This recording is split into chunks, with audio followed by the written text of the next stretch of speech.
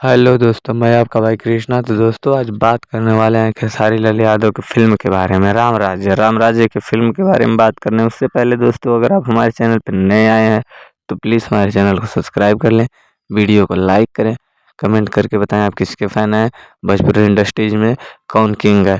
तो उससे पहले आप लोगों को मैं बता दूं कि आप हमारे चैनल पर नए हैं, चैनल को सब्सक्राइब जरूर कर लेना, क्योंकि जो भी मैं पावर स्टार पवन सिंह और ट्रेंडिंग स्टार खेसारी लाल यादव के बारे में जो भी वीडियो नोटिफिकेशन आप तक पहुंचाना चाहता हूं आसानी से पहुंचे, इसीलिए हमारे चैनल को सब्सक्राइब कर लेना।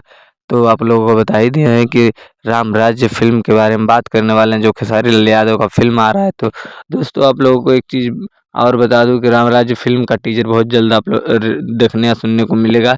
इसलिए हमारे चैनल पे जो भी अपडेट आएगा, इसलिए चैनल को सब्सक्राइब कर ले, वीडियो को लाइक करें, कमेंट करके बताएं आप किसके फ़ैन है, खेसारी लाल यादव या फिर पवन सिंह के।